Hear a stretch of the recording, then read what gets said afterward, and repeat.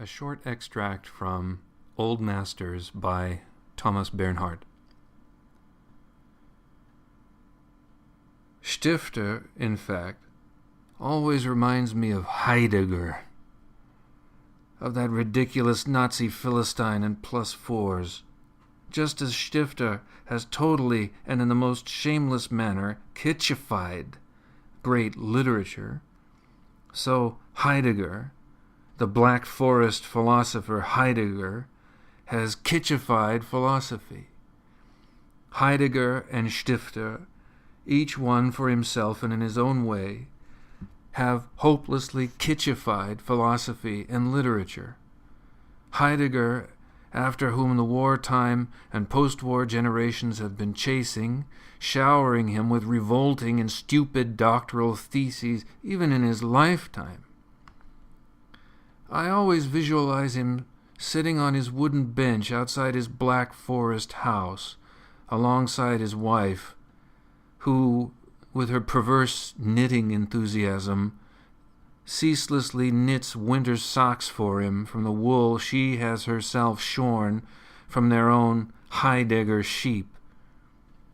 I cannot visualize Heidegger other than sitting on the bench outside his Black Forest house, alongside his wife, who all her life totally dominated him, and who knitted all his socks, and crocheted all his caps, and baked all his bread, and wove all his bed linen, and who even cobbled up his sandals for him. Heidegger was a kitschy brain, Reger said, just as Stifter, but actually a lot more ridiculous than Stifter, who in fact was a tragic figure, unlike Heidegger, who was always merely comical, just as petit-bourgeois as Stifter, just as disastrously megalomanic, a feeble thinker from the Alpine foothills, as I believe, and just about right for the German philosophical hot pot. For decades they ravenously spooned up that man Heidegger, more than anybody else, and overloaded their German philological and philosophical stomachs with his stuff. Heidegger had a common face, not a spiritual one, Reger said.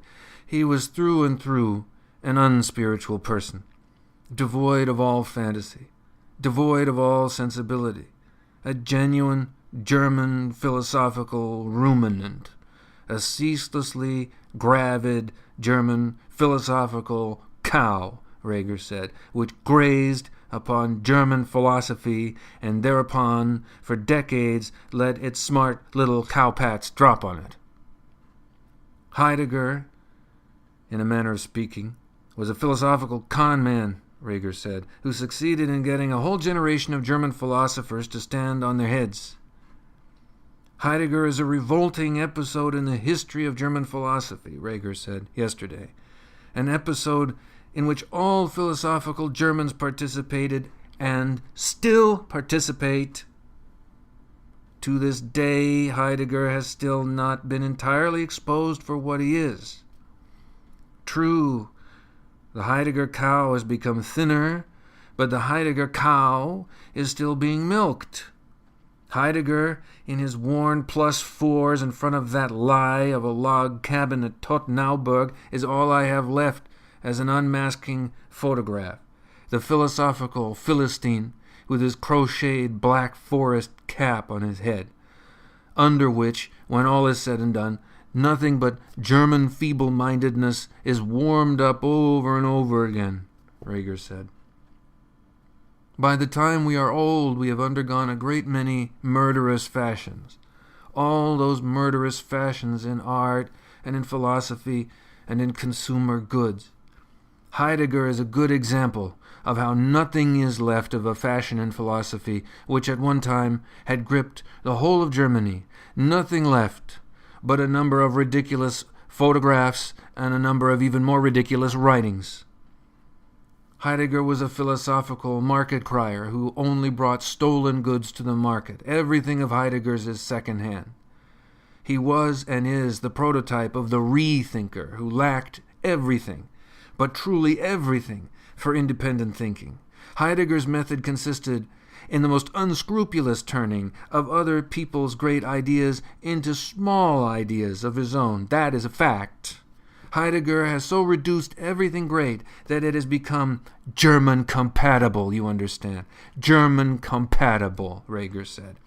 Heidegger is the petit-bourgeois of German philosophy, the man who has placed on German philosophy his kitschy nightcap, that kitschy black nightcap which Heidegger always wore on all occasions.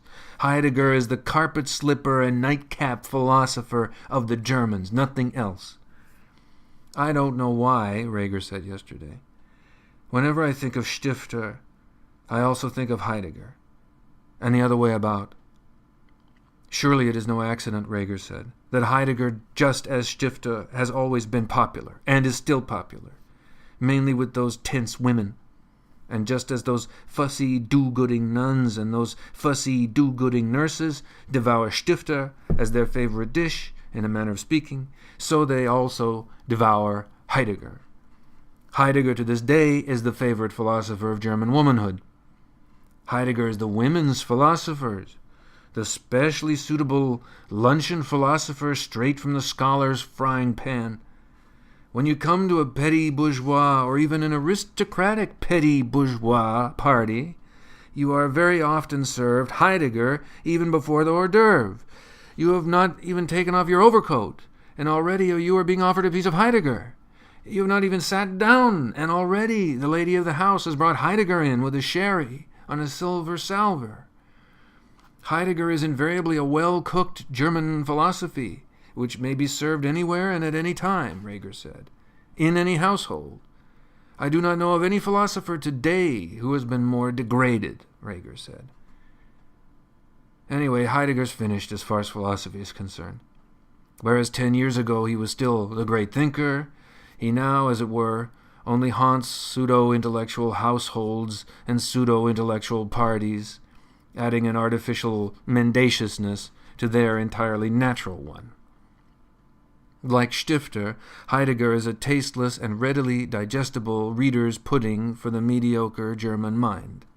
Heidegger has no more to do with intellect than Stifter has to do with poetry, believe me, and as far as philosophy and poetry are concerned, the two of them are worth nothing, although I still value Stifter more highly than Heidegger, who has always repelled me.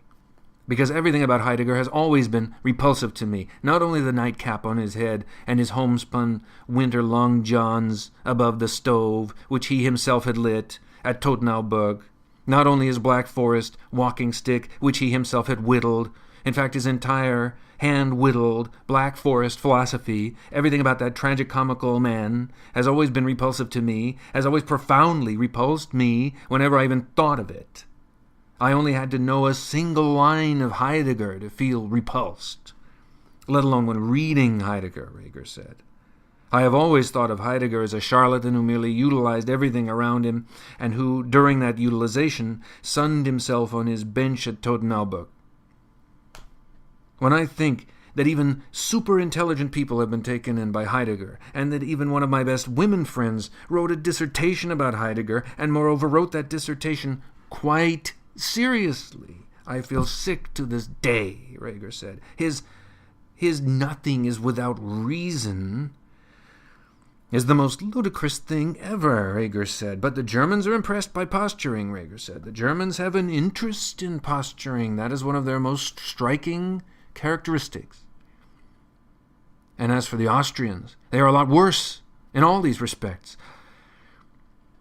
I have seen a series of photographs which a supremely talented woman photographer made of Heidegger, who in all of them looked like a retired, bloated staff officer, Heidegger said. In these photographs, Heidegger is climbing into bed, is climbing out of bed, or Heidegger is climbing into bed, or Heidegger is sleeping, or waking up, putting on his underpants, pulling on his socks, taking a nip of grape juice, stepping out of his log cabin and looking towards the horizon, whittling away at his stick, putting on his cap, taking off his cap, holding his cap in his hands. opening out his legs, raising his head, lowering his head, putting his right hand in his wife's left hand, while his wife is putting her left hand in his right hand, walking in front of his house, walking at the back of his house, walking towards his house, walking away from his house, reading, eating, spooning his soup, cutting a slice of bread baked by himself, opening a book written by himself, closing a book written by himself, bending down, straightening up, and so on, Reger said. Enough to make you throw up.